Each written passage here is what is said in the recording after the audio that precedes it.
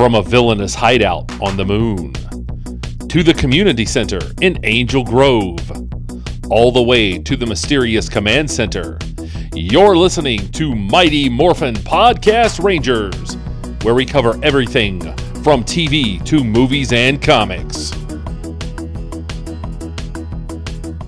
Welcome to another episode of the Mighty Morphin Podcast Rangers. As always, I'm your host, Adam. And with me is my co-host, Nick. Nick, how's it going? It's Morphin time. Indeed it is. We may or may not be talking about this guy. Just going to throw that out there. I don't know. But doing great. Happy to be here. It'll be a little bit of a conversation about him. He's involved. Despite him saying that Jason David Frank being the him we're talking about, saying he's done with Power Rangers. Nobody's ever really done. Somehow I doubt that, Nick. I don't buy it. I mean, he'll do Legend of the White Dragon, but I don't. If they come around offering him Draken in some sort of live action form, you know he's coming back. He can say whatever he wants. Everybody thought Hugh Jackman was done. Oh wait, I mean, never say never.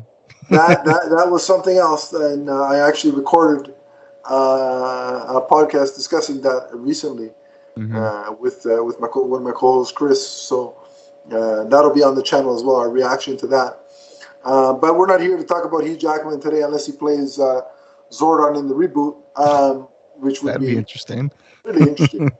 But no, we are going to in the second half of the show. We're going to review the original graphic novel, Saban's Power Rangers, Soul of the Dragon, not Sword of the Dragon, Soul of the Dragon, which revolves around Dr. Tommy Oliver in his future and what he's been up to and his family situation, their status quo. And it's kind of like a Dark Knight Returns kind of thing for Tommy, if you will. It's kind of like Dark Knight Returns and Batman Beyond mixed together. Oh, you can't say that last one around me. Come on now. But it's true. Batman Beyond and Power Rangers. Oh boy. You've read the book, so you know I'm not that far off with that. That's a good call. But so that's what we're going to be talking about in the second half. But as we always do in our first half of our show, all our shows on the network, we talk about any news that has come about. And boy, oh boy, there's been a lot of Power Rangers news as of late. So we're going to start off with the upcoming 30th season. As you know, and as some of our viewers and listeners may know, the 29th season, or the second half of the 29th season, Power Rangers Dino Fury dropped on Netflix a couple days ago. And it was, I believe it's episodes 12 through 22 of season 29 dropped. And just before that dropped, we got word that for the first time since Mighty Morphin Power Rangers, the Dino Fury cast will be returning for season 30. And the show will be called Power Rangers Cosmic Fury. So they are going from Dino Rangers to Space Rangers, which is a kind of a nice, for the 30th anniversary, it's kind of nice to be doing a combination of Dino Rangers and Space Rangers, considering I think the most prolific eras of this franchise have been the Dino versions and the Space versions. So, no disrespect to the Ninja Storm and all that jazz, but to me, when you think about this franchise, those are the two areas that I think have hit the most amongst its fan base. So to be going back to that for such a monumentous season, I think is pretty full circle and pretty cool. What are your thoughts of just sort of the idea that for the first time in that long, we're getting the return of a cast that is, for the first time in a while, going to be a third season. Yeah, not gonna lie, it feels kind of different, but also modern to the times that we live in today. Because you obviously remember, like, in the earlier stages of Power Rangers, back when I was watching, when you were watching it, it was always they gave you really long seasons, so like 52 episodes, but it was one season, and you moved on to the next cast. And now, granted, we stuck with that original core of Mighty Morphin Power Rangers for a few years. Yeah, it was 4 years, I think. Yeah, but it was always like, Mighty Morphin, Zeo, Turbo, and then that was it. It was never of the same Power Rangers season. So it's different that they're continuing on. It must be a really long arc that they're planning on doing with it to be able to justify that. But yeah, I mean, going up, it was always like 52 episode seasons, and you moved on to the next big adventure. That was kind of what it was like. And I got to be honest, I've been watching Dino Fury just because knowing that we're getting to the... Well, maybe we are, maybe we aren't. Now it throws everything into flux. But assuming that this is the end of an era for this iteration of the franchise, let's assume that is the case. I've been watching to see, how they would, like, how it's been going and where they're going. And I got to tell you, look, there's still some childish cheesiness because at its core, they've got to appeal to, Hasbro wants them to appeal to 4 to 10-year-olds. Like that's what they want. But, the byproduct is there are people our age because they grew up with this franchise that are still watching. And I think there is a good balance this season with having to, yes, we have to have that kid portion in play. But there's also the characters are dealing with certain emotional things, like the lesson of the day, if you will, the moral of the story, of the particular episode story. It can appeal to the adult watching. You can take something out of it, which is not. There's certain seasons that have been able to do that well, others that haven't, and it's just been way too kiddie to be able to watch as an adult. So this one has found a balance, and the cast is just so very likable and charming, and so I can see why they're coming back for an unprecedented, third time. I think Hunter Deno, who plays the current iteration of the Pink Ranger, is one of the best. She's up there in terms of where I would rank Pink Rangers in terms of characters and personality. Like I really do like the character. But in general, I think all the characters and actors that are playing them have a likability to them. And again, in case people are wondering, yes, Hunter Dano, the current Pink Ranger, is on the list. I was waiting for that. Yeah, well, I was like, Adam, just say the thing we want you to say. Yeah. No, but aside from that aspect of it, she's very beautiful to look at.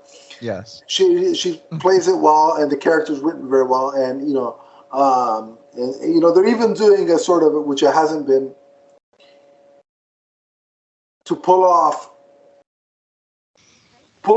off romantic relationships on Power Rangers is difficult because, again, you have to satisfy the, hey, listen, we're playing this for 4 to 10-year-olds, but right. I'm sure writers and actors want to be able to play some of the little bit more higher end maturity stuff. And so this season we've got 2 relationships. The Green Ranger, Izzy, is in a LGBTQ relationship. So it's the first lesbian relationship on Power Rangers. So that's cool, and it's handled very well. Unlike the way Supergirl handled it, which was winking at the camera. Look what we're doing. Wink, wink, nudge, nudge. They do it very well in this season of Power Rangers. And there's also a relationship that is sort of developing with the Pink Ranger and the Blue Ranger. That's just in the if you watch the second half, without spoiling it, that's starting to percolate. And again, it's done very, very well. You know, they're keeping in the parameters of, hey, again, 4 to 10-year-olds, but it's watchable as a 30-plus-year-old. So you got to give them credit where credit is due. I do see a lot of original footage being in play, so they've already started that kind of transition, which is nice. So you know, got to give kudos to the cast and crew for you know, doing what they're doing. I could see the effect that Netflix is having, and while the episodes are still, you know, you can watch them as a one and done kind of scenario, there are overarching things that carry over. And I don't know if you know, Zeddy, but they've brought back Lord Zed. Yep. He's back in play. In a more humorous way than when we were watching, but yes. Well, he's starting to get a little bit. He's starting to get a little bit of a burr under his saddle again. So you know, starting to look like Lord Zed again. We'll see where that goes. Yeah.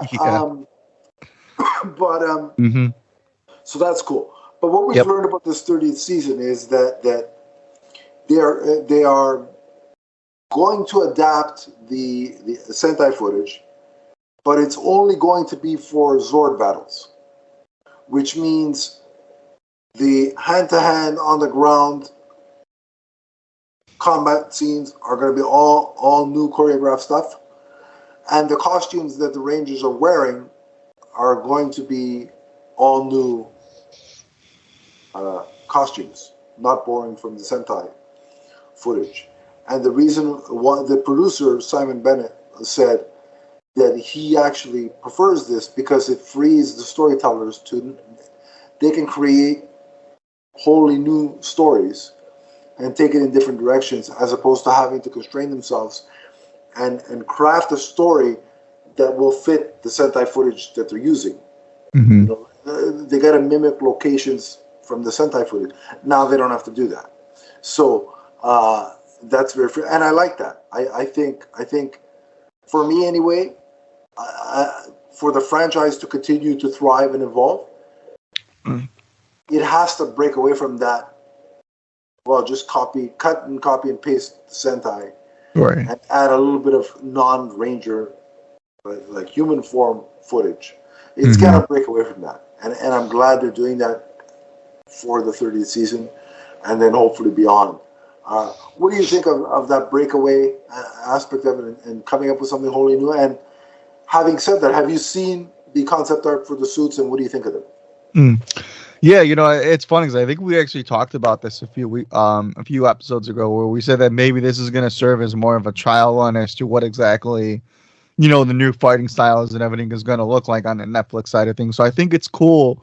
And it's always interesting because, like you just said, you know, the fights have always had this more Sentai-looking feel to it, and it's kind of been a little unrealistic. You know, as fun and cool as they've always been to see, I like the idea of that. You know, these are supposed to be skilled fighters that are supposed to be fighting, and you know, when you can tell that it's just copy and pasting old Sentai footage into these characters, it kind of takes you out a little bit.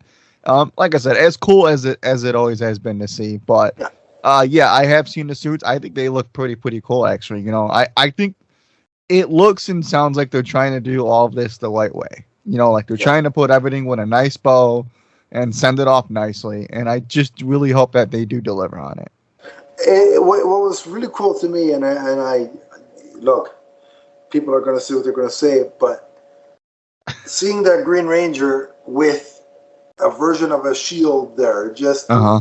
So many memories flood back, and you have to. I don't know if you noticed, but this is how much I went into the details.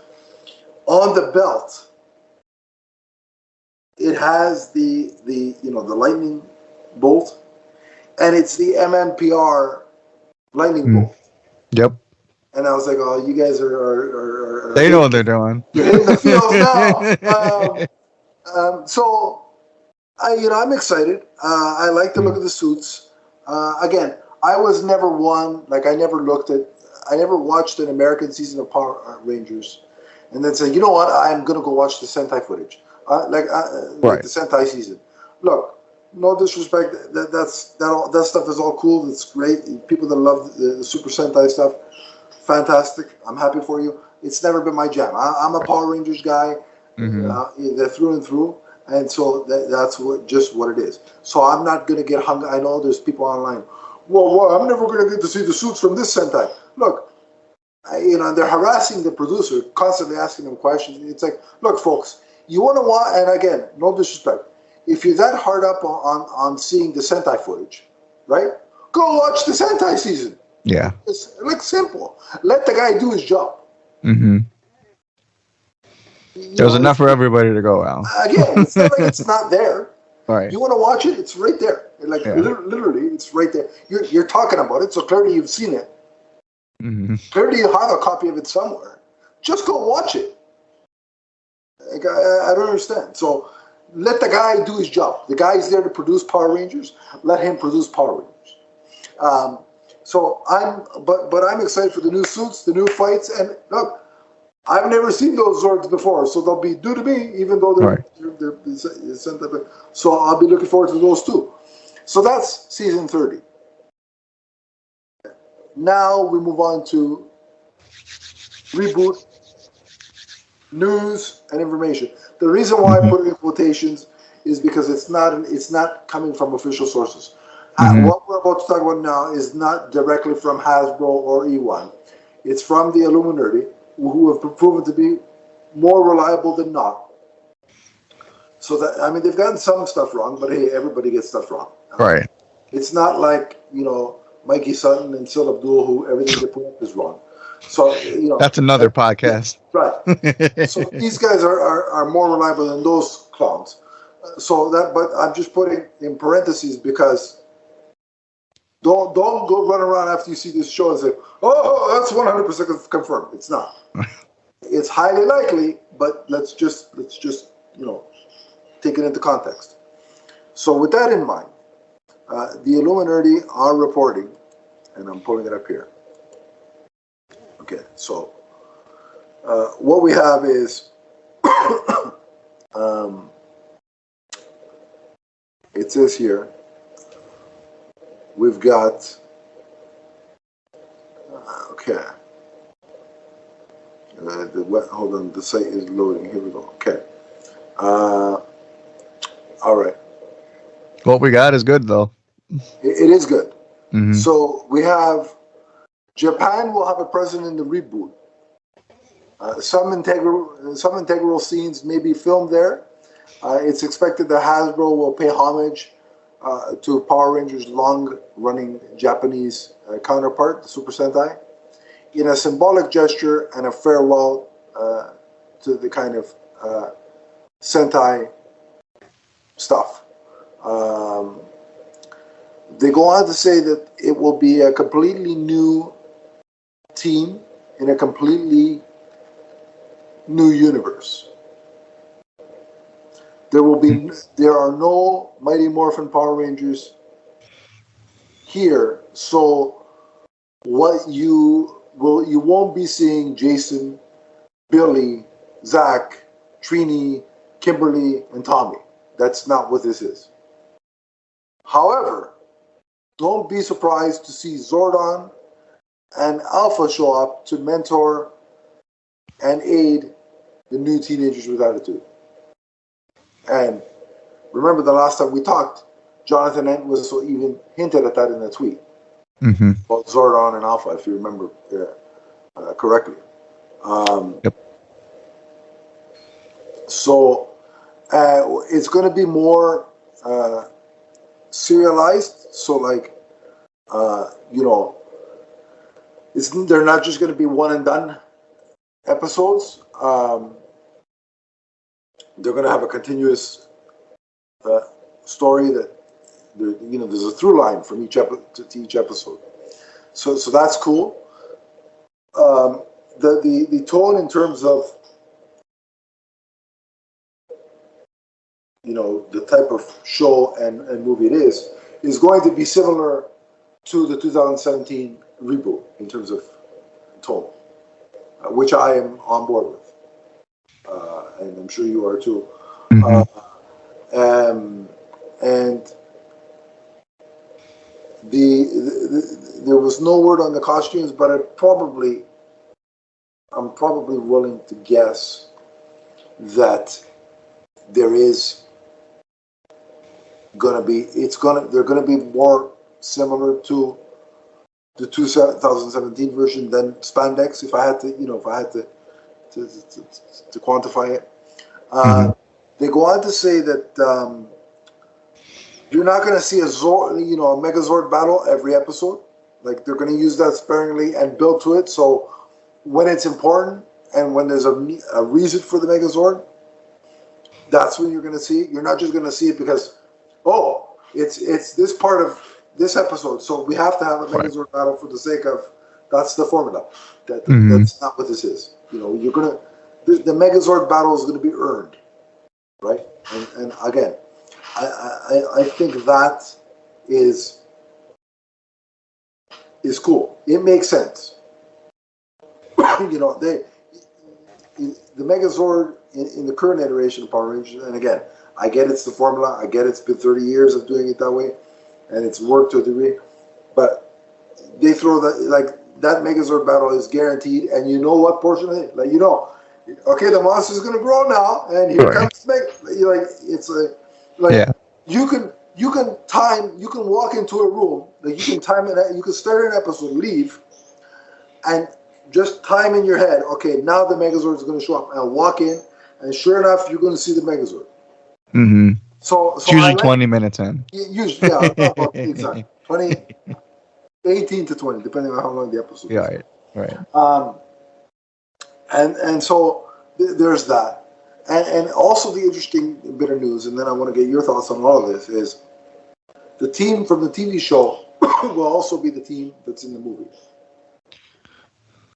Hmm. What's your take on all this? Yeah, all of this is, I mean, like everything is, some news is good news, I guess, lately. With this, right? So it's interesting the whole thing about the Zords because I completely agree about it. I think, like you kind of just said, in order to grow as a franchise, you have to evolve from certain, shticks in the franchise, right? So this idea that we need a Megazord battle in every episode, I think is kind of silly. Like I said, as cool as they've always been to see, I like the idea of kind of managing when you're going to use the battles as opposed to just giving us a battle every episode. Because, like I said, it does make it more meaningful and it does raise the stakes when they do have to use the Zords in order to do that, right? Because you're opponents, you shouldn't have to rely on the Zords, right? The Yeah, Zords should rely on you. So yeah, that's I kind of like that aspect of it. So it's like I said, it's gonna be interesting to see how they all do this. I like the idea of modeling this new universe template on the 2017 Power Rangers universe. I think that's a smart way to go about it. I don't think you can do spandex in 2022 and beyond. I think it looked kind of silly. That's yeah. just me. So I like the idea of using that 2017 template because it was a good idea. I think most of us can agree with that. It was Absolutely. a great idea on paper. The thing that catches me is that of course they're not going to be the original characters, which is fine. So right, so no Jason, Tommy, Billy, Zach, Trini, Kimberly. But like Doctor Strange, it feels weird, but I'll allow it. So we're gonna go with that, and let's see what they cook up. Yeah, and it's they go on to say that everybody, Jonathan Entwistle and Jenny Klein, they're all still involved. There's no need to worry about that. Everything's good. Everything's moving smoothly.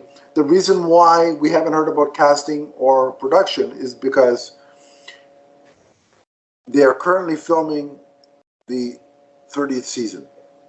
So Hasbro did not want to put two iterations of Power Rangers in production at Right. the same time. Look, cost wise, makes a lot of sense. Mm-hmm. Why are you going to do that, right? Right. I mean, they're not Paramount, for God's sakes. Yeah. So they're going to basically, Yeah. the 30th season is going to wrap, and then Jonathan Entwistle is going to move in and start doing his thing. So, and the 30th season is scheduled to wrap production in December. Right around the corner. So, shortly thereafter, either late December or probably in the new year, because who wants to work at Christmas time? They'll probably move in and start. Right. So we'll definitely. I'm gonna say spring 2023 is when we'll hear that. Yeah. Yeah, we'll start getting some fresh tidbits and stuff like that. Right. But yeah, like I said, I'm ready. I'm excited for this. Like I love the original characters, and I'm still getting those guys in the comics and other places, which we're going to talk about in a second. Ooh. But I'm ready for something new too. Like I want to see where this new iteration of Power Rangers, like where it goes. It's the unknown and it's exciting. Mm-hmm.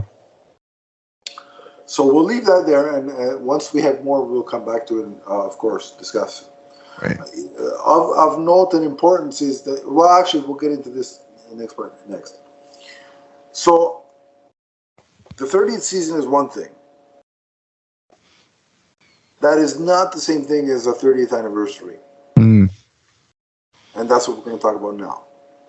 Because during Hasbro PulseCon, after they were done talking about Cosmic Fury, producer Simon Bennett said, "David, are you there?" And the video transitioned to David Yost on a set. And David Yost proceeded to say that he is in New Zealand on set and working on something special for the 30th anniversary. And he said that he was so happy to be doing it with a friend. And then out walks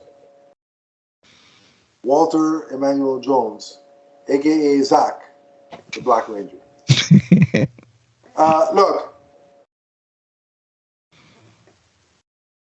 like Billy and Zack in terms of my favorite and who I wanted, who I wanted to be for Halloween and all that jazz.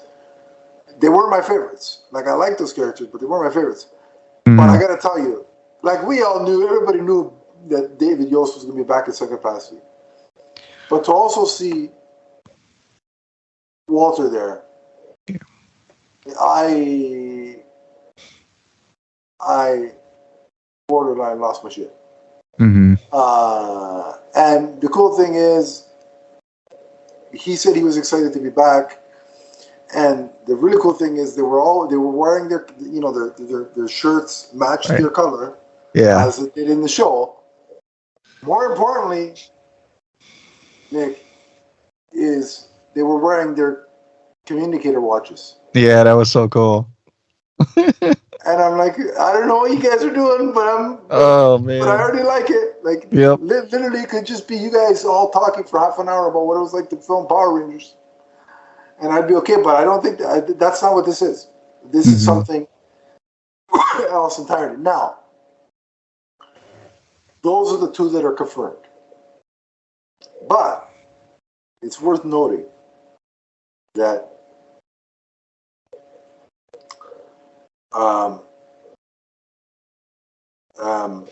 what's her name?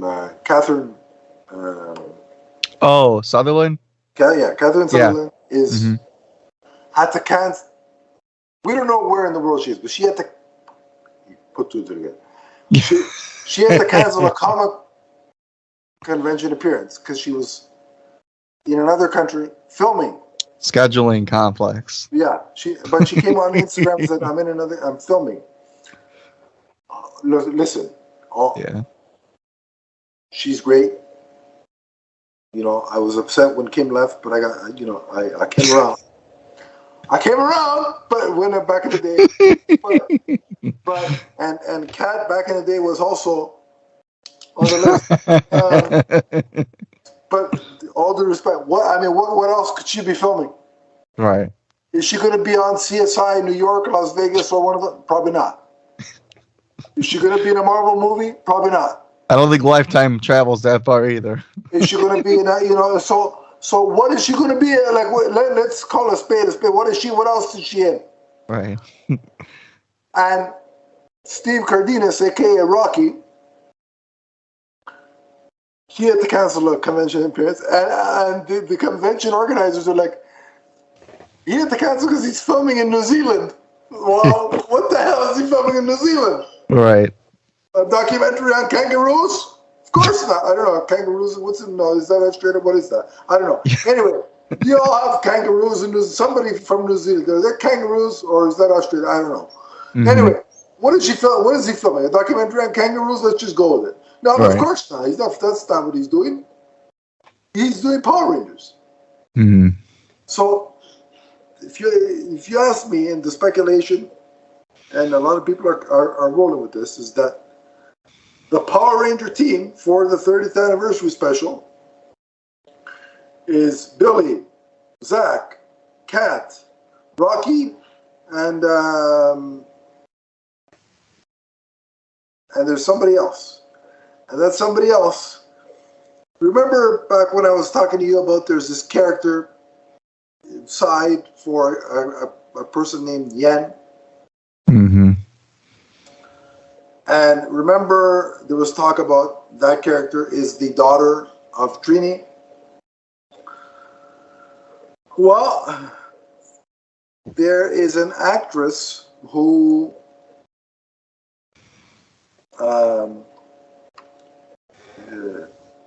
I think it's Charlie Kurth is her name. She is a martial artist. She was at Power Morphicon. And she is currently filming, guess where? Take a guess. What? Costa Rica? Close, but no cigar. She's, of course, in New Zealand. Yeah. And want to take a wild guess who follows her? Again, I don't want to play social media detective. Right. But you know who follows her on social media? On Instagram? Recently announced Walter Jones. Yep. Mm-hmm. Gee, I want now. Now, sure, maybe they met up now about Power Morphicon, and she said, you know what? You're a cool fan. I like you. I'm going to follow you. But really, come on. How many of these people actually follow their fans? Unless you pay them. Matt Reeves just follows Robert Pattinson on Twitter. Pretty much, probably. You know? Probably. I think he's a good actor. Yeah, right. So, like, you know, it is what it is, folks. The dots are aligning. This isn't some viral post of a turkey with a graphic novel in the background that we're pulling. I mean, these facts are coming together, mm-hmm. And so I think we're going to get Yen. We're going to get Trini's daughter. Now, look, I don't know if this is a longer episode, like a 44-minute to an hour episode. I don't know if this is multiple episodes, like a 2-parter, a 5-parter. I don't know what this is, but it's something. And it involves the Mighty Morphin team and a passing of the torch. And I'm here for it. Mm. And again, yes, I know it's not Jason. And it's not Tommy. And it's seemingly not Kimberly.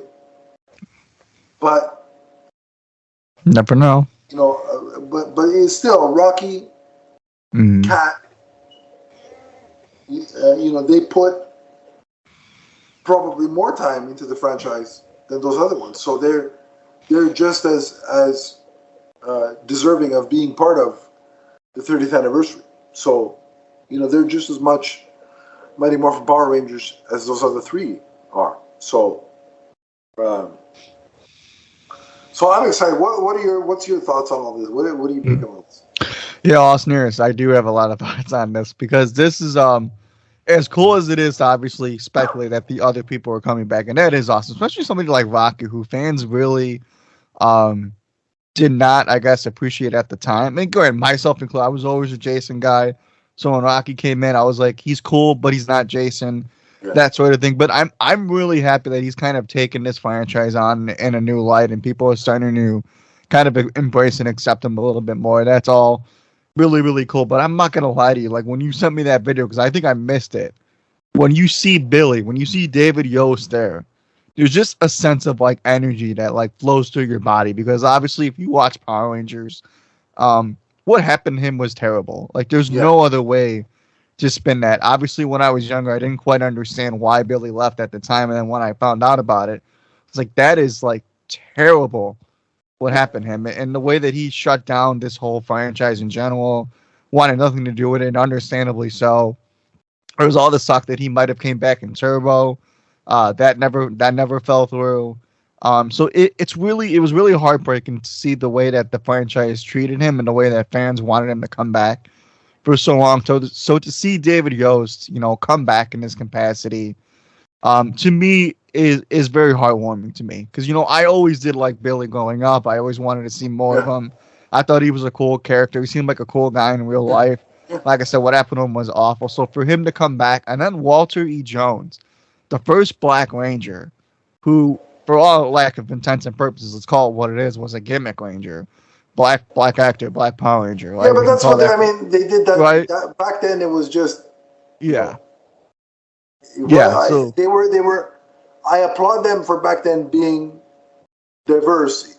right, I don't think they intentionally said, you know what, let's cast the black guy as the Black Ranger. Like I don't think it was a right. malicious. Yeah, we didn't even think, right? So that's But So yeah, like I said, but it's also really really cool to him to see him come back, because I don't think he really made that long lasting of an effort or an effect on fans the way that obviously Billy might have. But it's really really cool again to really bring everything full circle. I mean, hey, Zack Attack, right? That's awesome.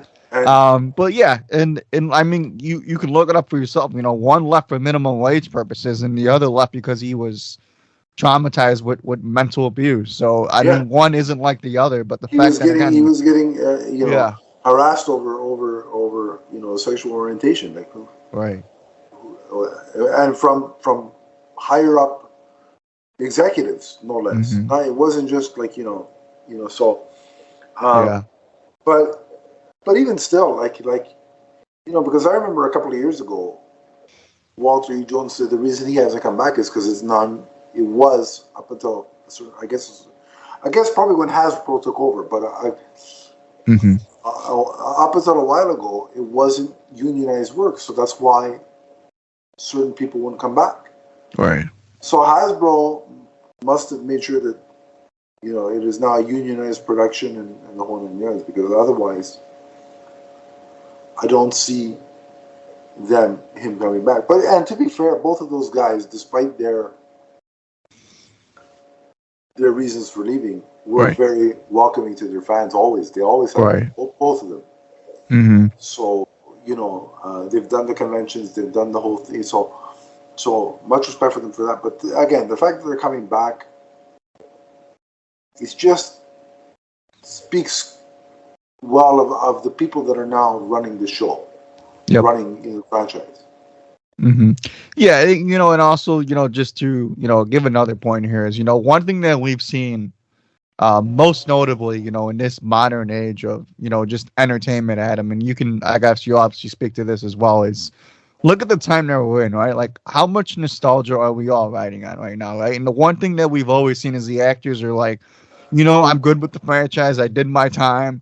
I'm done. It's behind me.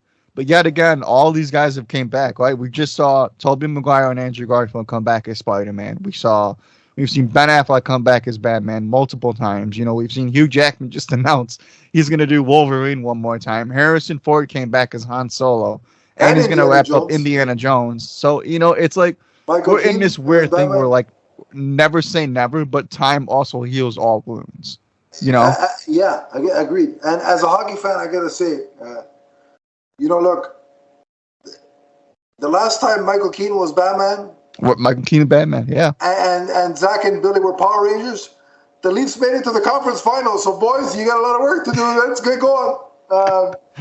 yeah.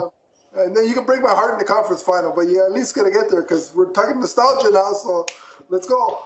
Batman Returns in the first year of Mighty Morphin Power Rangers. It all Yeah. connects. So, I'm grasping at straws, folks. That's what they've got me doing. Anyway, Yeah. but yeah, no, I'm so excited. I can't. Right. I can't wait. When I watch that special, if it is only 44 minutes to an hour, I'm going to enjoy that time. I'll probably wish it was more, but I will enjoy that time, and it's just going to be so special. Watch the Harry Potter special on HBO Max. That'll get to you. and damn it, you know, all this news, all this nostalgia, this has me doing even more of a deep dive into the franchise, and it's going to make me buy action figures that I had no intention of buying. And curse you, but it's all good. The more money Adam can spend, the better. Well, I would say that my wallet is saying an entirely different thing. But, yeah. You know, it's exciting, and yeah, how anybody can't be excited for this. If you're not excited for this, then are you a Power Ranger fan? And if you're not, go and watch these characters, and you'll fall in love with them. Yeah, I think I think there's a lot to be said about that. I think it's easy to get. You know, if you can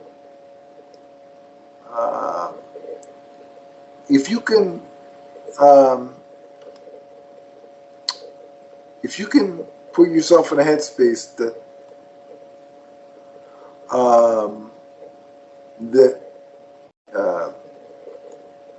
allows for you to understand that this is largely made for kids, and you can wrap your head around that, then I think you'll enjoy it. Right. Like, it's the same way as an adult. Somebody can watch Batman 66.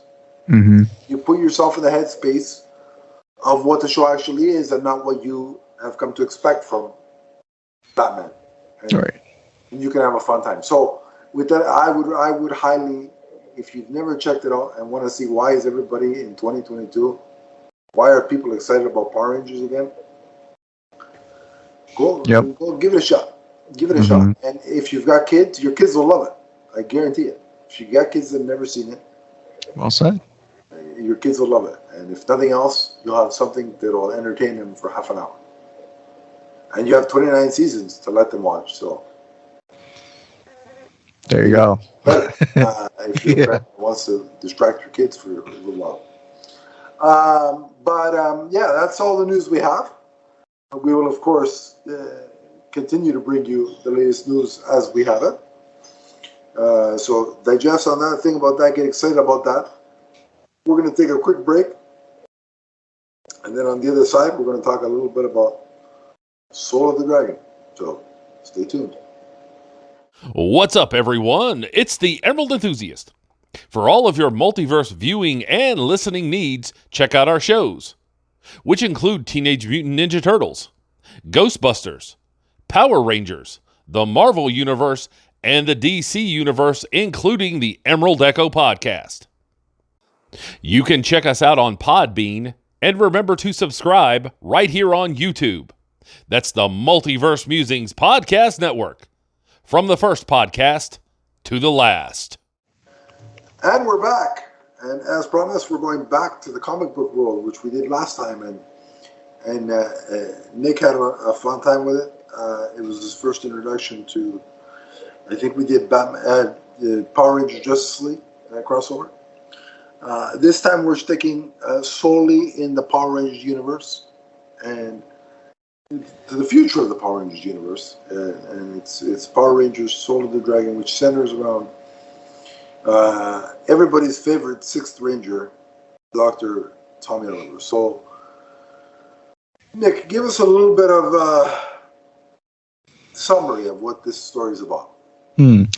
Yeah, well, first and foremost, when you send me this book in particular, now I know the reason why in terms of the layout and the format of it, this whole Batman Beyond, Dark Knight Returns thing that we were talking about off air here a little bit. I mean, that is all over this book, the blueprint of this book. Yeah, so obviously, in summary, first off, I love this book. I'm going to spoil it like that right now. It's essentially Tommy Oliver is, well past his prime. He's kind of in his own little family life here. He's put the Ranger life behind him, and lo and behold, he's got a son that is now in training to be in the SPD Academy. D pull here for SPD fans. myself included. That was really cool to see them integrated into this book. And Tommy gets met with this threat that he believes his son, full circle, wink, wink here, has now turned evil. And it turns out that his son was actually a little undercover here trying to take out a threat that Tommy didn't know about. And then it all kind of comes full circle, this idea of the Green Ranger can be used for good, not evil this time. And it's, Tommy using this power morpher where he can transform into all these different variations of the Rangers that he's played, which is awesome. And it is, and it's a very just deep, personal, beautiful story of a father helping the son this time, and the son choosing to embrace the legacy of, in our minds, the greatest Power Ranger of all time.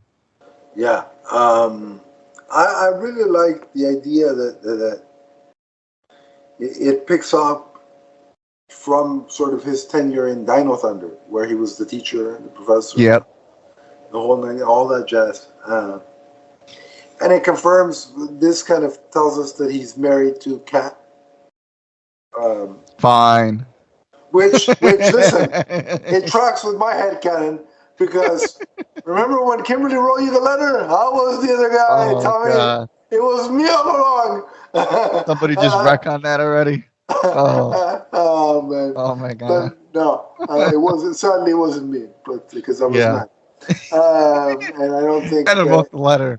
I don't think Amy Jo Johnson would date a 9-year-old, but back then, sadly for 9-year-old me. But no. So he's married to Kat, which cool. I mean, it is a continuity. We'll see where the current timeline Boom Studios takes it, if they go that far, who he will end up with. Still, in the mainline Boom, just to clarify, in the mainline Boom Studios comics, it's still Kimberly as the Pink Ranger. So there is no Kat yet in this continuity. Mm-hmm. And look, folks at Boom Studios, don't make Kimberly leave the team again. I went through that at 9. 39-year-old me doesn't want to go through that again. So just throw that out there. But so yeah, I mean, it's cool that he's married. He has a grown son. Mm-hmm. But you also see the toll of being a Ranger has had on him. Like, because with the nature of a kid show, people really didn't get hurt, or heaven forbid, nobody died, right? So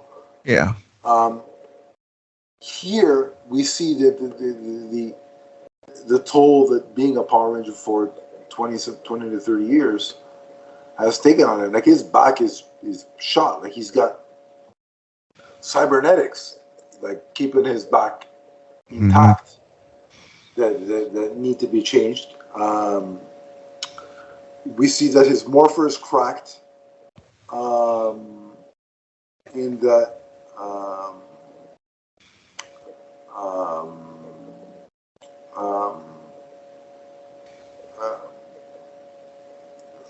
we know where, like, we see flashbacks of the adventure where he injured himself,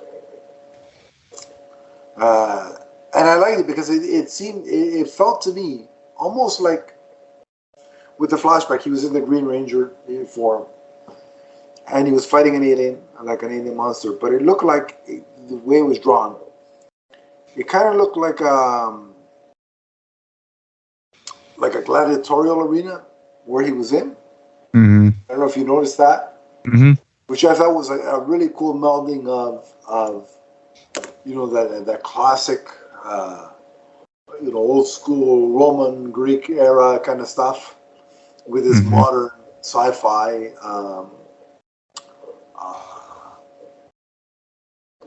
aesthetic. So I liked the melding of that. Yep. Kat goes away and tells him,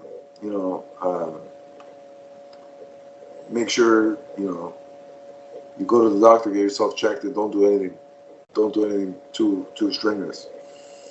But then, as you allude to, his son seemingly disappears. One of his son's friends and coworkers on the SPD comes to Tommy saying, "Look, JJ, which is the name of Tommy's son, has disappeared. I don't know what's up." And Tommy's like, "Well, maybe SPD's got him on a mission." And she's like, "Well, he quit SPD a long time ago." And so that's when Tommy starts getting worried. And I like the aspect of, you know, Tommy having to go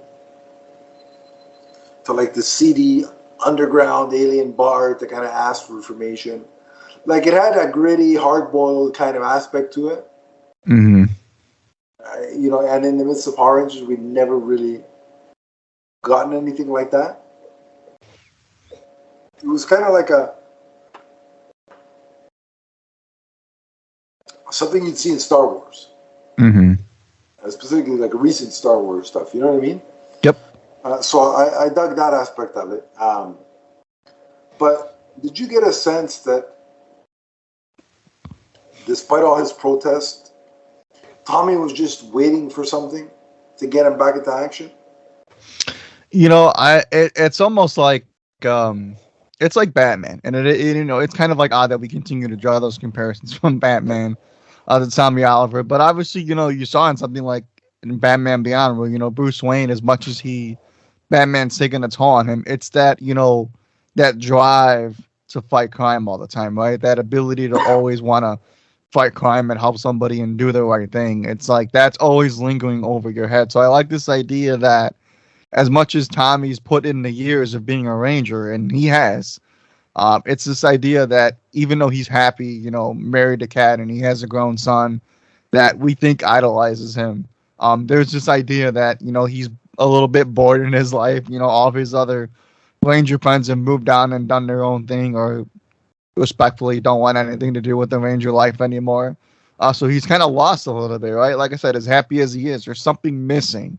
This idea that he can do it one more time. Of course, he wants to take on that role. Sounds like Hugh Jackman as Wolverine. One more time. No, but yes. But an interesting thing is we get to see the morpher that he has. It's cracked. It's broken. It still works, but it's a master morpher. So, like you alluded to, what that allows, and I believe Tommy, of course, is the only one the only character that has one. I think it was created, if I'm not mistaken, I think it was created for this book. I think. Might be mistaken, but didn't Adam use one in a Power Rangers episode of In Space? Or am I mistaken on that one? Yeah, you might be right. Up like that. Okay. Well, the idea came from somewhere. Anyway, so he is able to morph into previous Ranger forms that he's taken.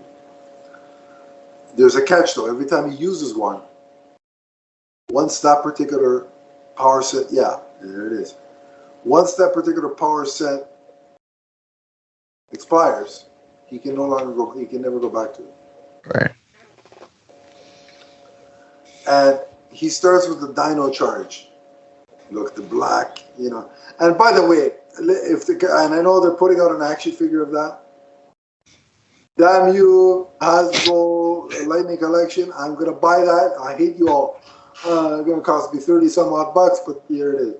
Anyway, it looked really cool in the comic. The imagery was great. And when he first, when you know, but what we find out, so in addition to that expiring sort of timeline, is again, he and JJ's friend, what was her name? Anila, yeah, something like that. They track down JJ, and he seems to be working with a villain who is peddling. It's the Power Rangers equivalent of a drug, let's say, basically what it is, they're power crystals. Mm-hmm. So the user can crush this crystal and essentially gain Power Ranger abilities. And of course, so JJ is supposedly procuring one of these crystals. And the one that he chooses is green. And coincidentally enough. he's got this really cool hybrid, looks like an SPD meets Mighty Morphin Green Ranger outfit. Mm-hmm. Looked really badass. It did. Tommy and JJ's friend end up confronting him.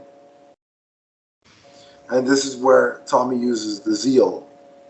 No, sorry. Was it? Zeo, you're right. It was Zeal for this one, yeah. Yep. And him and his son are kind of like locked in a battle, and he's trying to you snap out of it. It's still you. And there's a moment where JJ hesitates, but he creates a distraction that damages the building, so that they can escape. Tommy starts believing that his son has in fact turned. But he says there's still some of him inside and the reasoning he uses it is when we were fighting, he hesitated. When I was, and then he references his time with Rita. When I was brainwashed by Rita, I never hesitated. Right. So it becomes a, they got to find and then sort of, from their perspective, find and then snap JJ out of this magic, control that he's supposedly, they think he's under. And they go to, they're looking for help. They're like, how do we neutralize these power crystals? Mm-hmm. And so they go to, and I wasn't expecting this. They go to Finster, who nice is now a retired artist, if you could believe it. And the reasoning behind this lifestyle change for Finster actually makes sense, because if you remember the show, when Zordon in his last act used his power to wash away the evilness from all the evil beings that they had fought up until that point. That was the way that Finster realized the error of his ways. And good for Finster, he was able to keep on the straight path. And he was able to help Tommy. He gave him this device that he said it'll only work once, but it'll neutralize. Because apparently what they learn is that they think JJ and the other villains are working for this person called the Witch. Now, Tommy and Finster automatically assume Witch equals Rita. Mm-hmm. So they assume they're dealing with Rita. Green Crystal. Yeah, so it all kind of works out. So up until this point, what did you think about, were you under the impression, two things. A, that it was, that JJ was under some sort of magical spell, and B, were you buying what the book was selling you on, which was that it was Rita? Yeah, those are both very interesting points. It's, again, this is why I like the concept of this whole book, because it brought everything full circle, in the fact that here's Tommy many, many years later. He's come to pass with everything that happened to him regarding the whole Green Ranger iteration of his life, and here's his son who potentially is following the same path as Tommy. Now, originally, I thought maybe they're going to go some route where, his son is following in the same footsteps and, has just gone down a deepened path. Because they do a good thing of plotting out that it's maybe not mind control, it's maybe out for revenge or spite of SPD ignoring him, or, so maybe it's somebody manipulating his grief or his trauma of SPD not utilizing Right. Tommy Oliver's son out of all people. So I thought that was an interesting aspect that they were going around with. So initially, yeah, I did think that he was evil, but not in the sense that somebody's mind controlling him, like what happened to Tommy. Um, as far as Rita goes, that was pretty horrifying that they both thought Rita is back after like they were I like, well, mean, no, it it says a can't be lot. possible, you It know? says a lot what they think about Rita's character. They're Right, like, there's no way she stayed on the straight and narrow.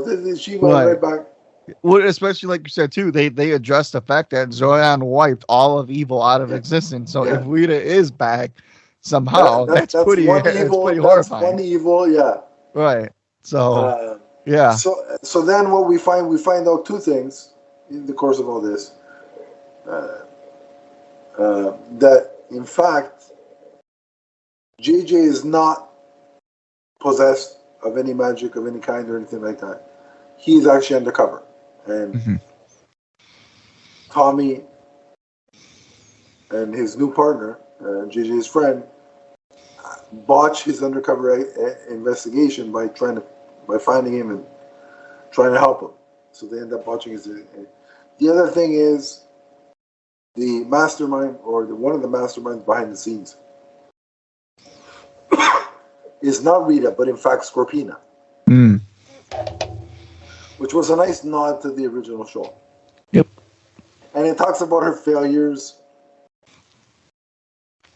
and how she tried to gain more power, and she was discovered by Rita and Goldar, and they banished her.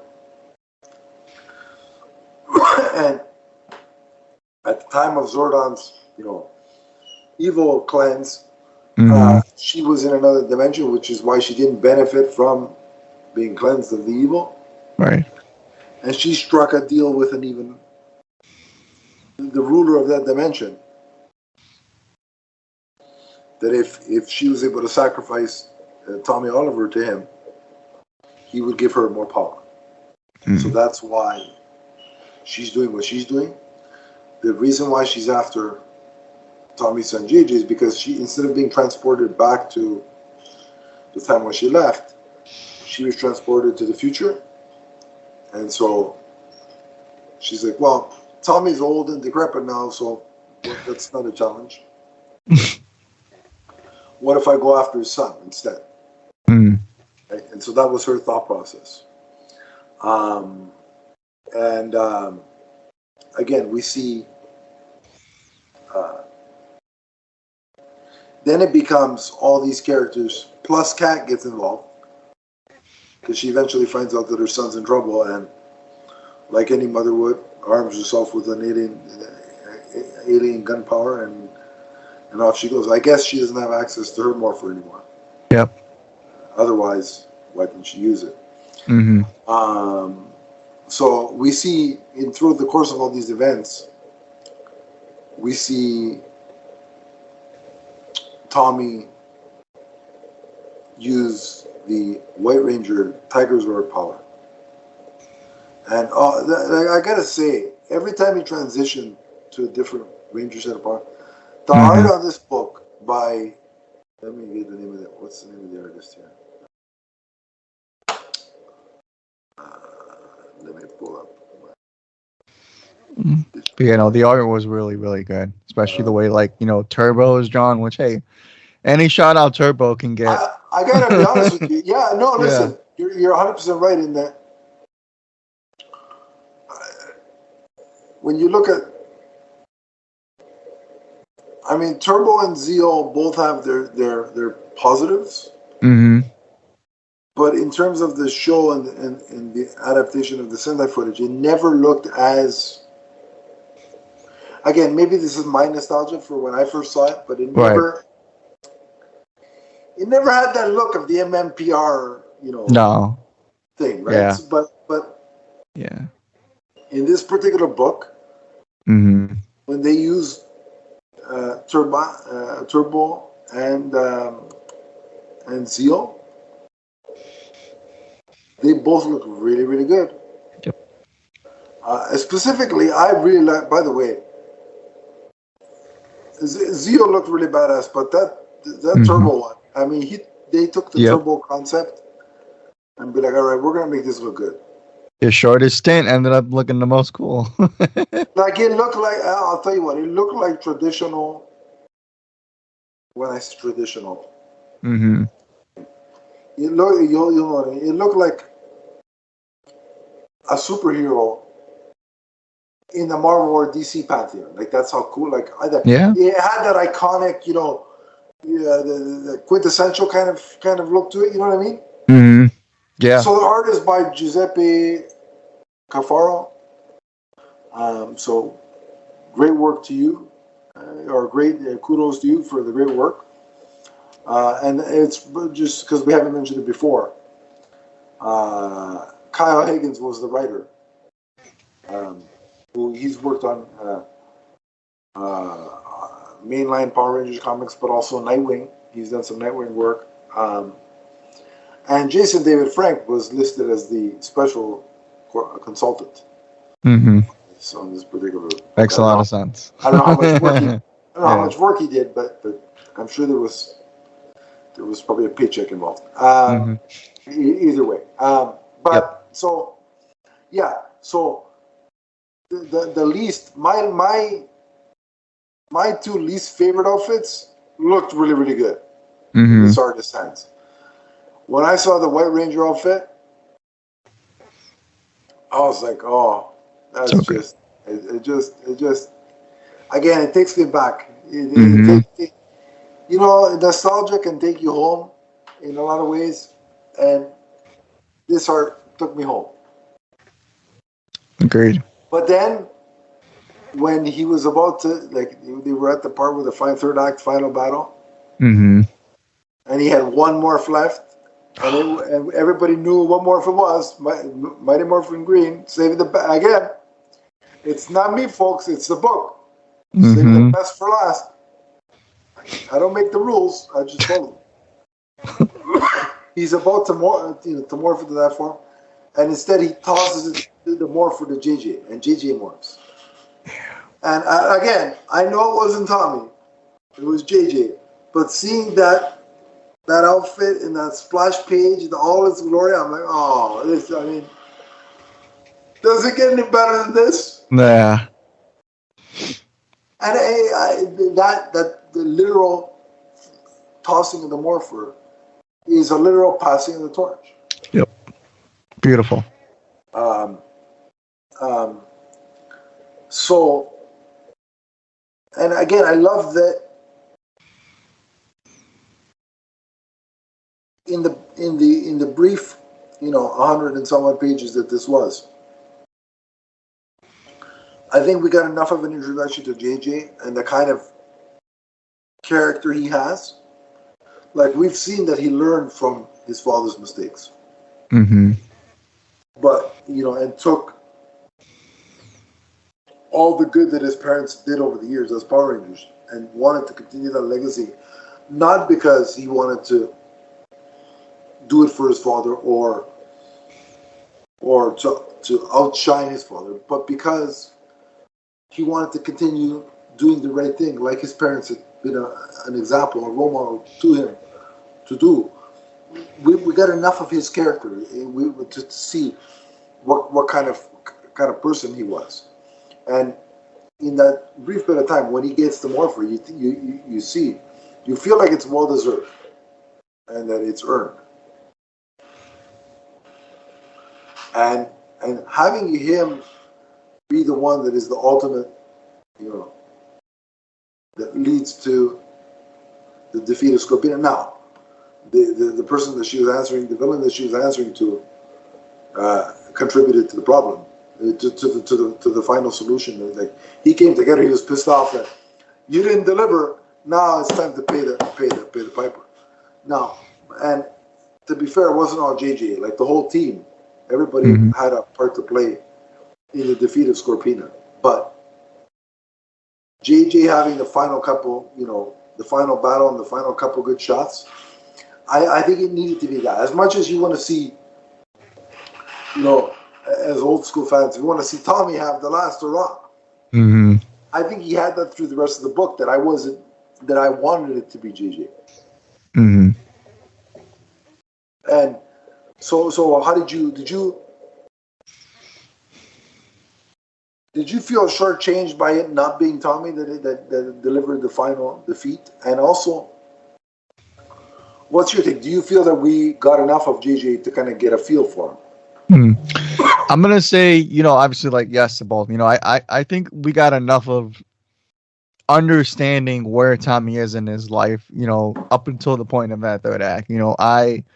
Like I said, it was a very Dark Knight Returns Batman Beyond approach. He's at the end of his rope. He might have one last battle left in him, and of course, he's going to use it to help his son, or at least he thinks he has to help his son.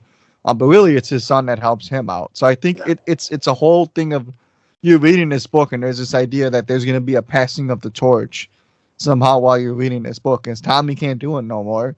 Here's this young Thrash son, who's I would assume of similar age to when Tommy was when he first took on the Green Ranger. So it made a whole lot of sense, Maybe slightly older because he's already training at SPD. Yeah, a few years older, but he's not in high school anymore. Yeah. Right. I think they do a good job of just showcasing that, like Tommy, this JJ is kind of pure of heart, and maybe he's just a little misunderstood, like Tommy was. So I like that. And again, my favorite part was that the Green Ranger was finally going to be used in the sense of good for the first time, as opposed to being manipulated. So I think that whole thing really hit home for me, was the fact that the Green Ranger was going to be used to defeat the threat that, made him evil in the first place, or one of the threats. Right. Yeah, I agree completely. And, at the end, we see Tommy and Kat are going to go off and take a little bit of a vacation, kind of reassess what their life is and what it's going to be. And JJ has made a commitment to joining SPD, and we see him morph in again an even more proper hybrid of an SPD meets MMPR. Cool. Green Ranger outfit, which looked really cool.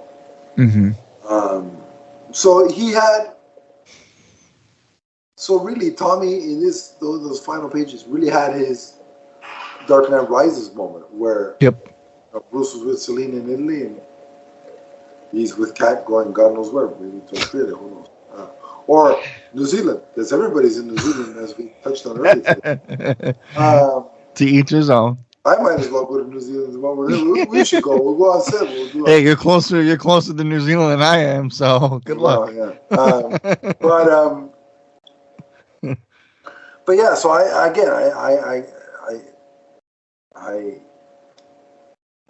like that he got a good send off. Now, if I had a wish list before we wrap up and rate this book, if I had a wish list, I'd like to see more of this continuity. We haven't gotten a sequel to see what JJ is up to, and I like him to come into the main comics in a storyline where he sort of time travels to the past, and I'd like him to meet and interact with Draken. I think a face-off between JJ and Draken would be pretty. That'd be pretty epic. Like he can't meet the current timeline version of his father, because if he's like, "Where's mom?" and that's going to cause problems for him and Kimberly. And if anybody's going to cause problems for him and Kimberly, to establish that it was 9-year-old me, not some. Imagine calling Kimberly mom. Would never be me. Yeah, exactly. And unless it's my kid, that's the only kid that's going to call him. That's his mom, not kid. Right. Because I get a restraining order in my email. But that's how we hang up this thing. But no, so I like to see him. I just think it'd be cooler for him to meet Draken, because Draken probably experienced a timeline where he and Kat were together, but she was killed or something, and that probably maybe contributed to him snapping. So who knows? But I'd like to see. I think that face-off would be pretty cool. It'd be very symbolic, that's for sure. And the other thing that I liked about this was, and I mean, it'd be cool for the SPD fans to get some more of their iteration of the franchise in there too, while also satisfying the cash cow that is MMPR. So it would be the best of both worlds. But one of the things we didn't mention with the art was a couple times in the book you see Tommy look at a picture of the MMPR team. Like it's I thought that was drawn really well because it's hard. Comic art, not that I speak from experience of knowing how to draw, because I can only draw stick people, folks. Right. Anything is better than my drawing. Literally, my 5-year-old niece can draw better than I can. But with comic art, drawing a picture within a series of pictures is difficult. But it looks like. It didn't look as realistic as Alex Ross, obviously, because Alex Ross is another. But in that moment when he's lingering and looking at the picture, I believed he was looking at, like I was in the situation, and I felt like I was watching Tommy look at an actual picture. Yep. So that was a really good piece of work. So I just wanted to call that out. But is a continuation of this story something you'd want to see? And is there anything you want to add before we give it a rating? Yeah, that's an interesting question because, again, you're cheaper too with giving me books that I recommend that I would love to see continuations of. I do think that there is a story left to be told with JJ as the Green Ranger. There might be multiple stories left to tell, but I like your idea of Lloyd Draken being his next big focus. That, I mean, like we just said, that could be really, really cool, and especially if you don't know who that character is. The Draken story yet? Just wait. Yeah, literally. I mean, it's green versus white, and who doesn't want to ever see that fight? I mean, it writes itself. It's green versus white, or green / white, because it's a combination of. Correct. Draken is a combination of green and white. Right? But you all get the point. Yeah. Sounds like an NWO combination coming up here. Yeah. NWO green and white. It was red and black and white, and now. More like the PRW, I guess, the Power Rangers. Yeah, that'd be a good T-shirt. I'd buy that T-shirt. A Draken NWO style T-shirt, I'd buy it. All right. Come on, Hasbro. But yes, I would like to see it continue. To answer my question, yes. Whether or not they do, whole another story. Yeah, they'll probably have to coast, massage JDF back into the fold before they do that. But I really love this book. Rereading it, it's been a while. Like I read it when it first came out, and I believe this was the first time I went back to it. And I keep saying, look, I have a love for the various seasons I watched of Power Rangers. I love the '95 movie, and I know it's cheese and all. Rick, give it to me. Like, I love it. Who doesn't love cheese? Just ask my pizza. Even the Turbo movie has its not great as it is. It has its charm, namely because it brought back Jason, and never mind that. More importantly, Amy Jo Johnson as Kimberly, and she was evil. And I got a thing for girls that are good but go evil. So we all know you would let her throw you into the fire, Adam. It's okay. She could throw me into the fire, into an ice storm. I don't care. Throw me wherever you want. It's all good. Except for maybe not off of a 30-story building. That's where I draw the line. But anything else that's not going to kill me, I'd be down for. Fair enough. So Turbo had its thing. The 2017 reboot. We've talked about it. Hey, Turbo gave us Ashley, Adam. Come on now. We got to give that respect. Wait a minute. Wait, where's the pen? There you go. Also, you just wanted the pen. That's what you wanted, and so here it is. But so. That the 2017 movie we've reviewed, we talked about how much we loved it. I just talked about it at the top of the show. I talked about Dino Fury and how much I'm enjoying it. So I've loved a lot of things about Power Rangers over the years, but I gotta say, and you only have 2 out of 2 experiences, but the Boom Studios comics have been the best thing this brand has put out in its 30-year existence, bar none. So Wow. High with praise. that, I think we can go ahead and rate it. So remember, out of 5 for story and 5 for art, what would you? Mm-hmm. Yeah, look, and obviously, Adam, you know this. Our viewers should probably know this. I'm not a hard person to please when it comes to comics. Obviously, I just gotta feel something when I read them. I'm gonna give both the story and the art a 5 because I think there was enough nostalgia that hit me a certain way. Any story with Tommy Oliver really does get me. In the art, I just think looks incredible. The way that all the Rangers look cool. Even somebody as Blue Centurion from Turbo looks really cool. So yeah, everything just looked and felt like Power Rangers, which is what I look for when I read a Power Rangers comic now. So I'm going 5s across the board. What do you think, Adam? Awesome. Yeah, you're right. If it's a Power Rangers book that doesn't feel like Power Rangers, somebody's done something wrong. All right. So not the right writer for the job. But in this case, I'm in 100% agreement with you. We have a story that balances perfectly nostalgia, but moves the story and characters forward, and that's important. Nostalgia can carry you so far, but there's got to be more meat there than just, hey, look who it is. Mm-hmm.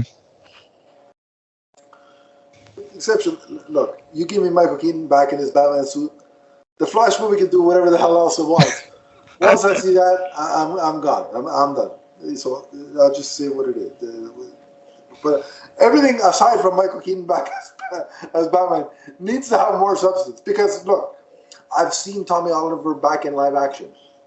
What's the allure of me seeing him? What's different about the comic? What that grabs me? This did that.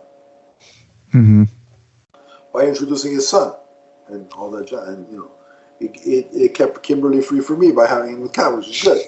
All good points. So, well, that being said, it's a 5 for story and a 5 for art. This is a perfect book. Like if you know somebody that's a hardcore MMPR Green Ranger fan that has not read the comics, go on Amazon or to a local comic store, see if they have this book, buy it for them, and give it to them for either Thanksgiving or Christmas or whatever. They will appreciate it. And so it's a 5 on both counts for me. And I'm glad you enjoyed it. And you're going to enjoy what I have planned next. And I'll cue the readers in to the next book we're going to discuss, so that you can all follow along. I've made Zeddy wait long enough, and part 2 is on the horizon. Oh so boy. We're going to review Mighty Morphin Power Rangers and Teenage Mutant Ninja Turtles. Can't wait. That's our next episode. But until that time, you can always talk with Zeddy and I about Power Rangers. And where can they do that? They can do that at my Twitter handle, which is Nick Zednick, and you can follow the podcast that I co-host at Vigilante1939. And spoiler alert, Black Adam is right around the corner, so the podcast that I co-host will be hosting a virtual tailgate party on YouTube October 14th. We're aiming for around 8:30 Central Standard Time, so if you're around and you're hyped for Black Adam, join us in just under 2 weeks. Looking forward to that. I'll be there because I'm hyped for it. So absolutely. I'll certainly be there and talking about global phenomena and things of that nature, as I always do when I join you fine fellows.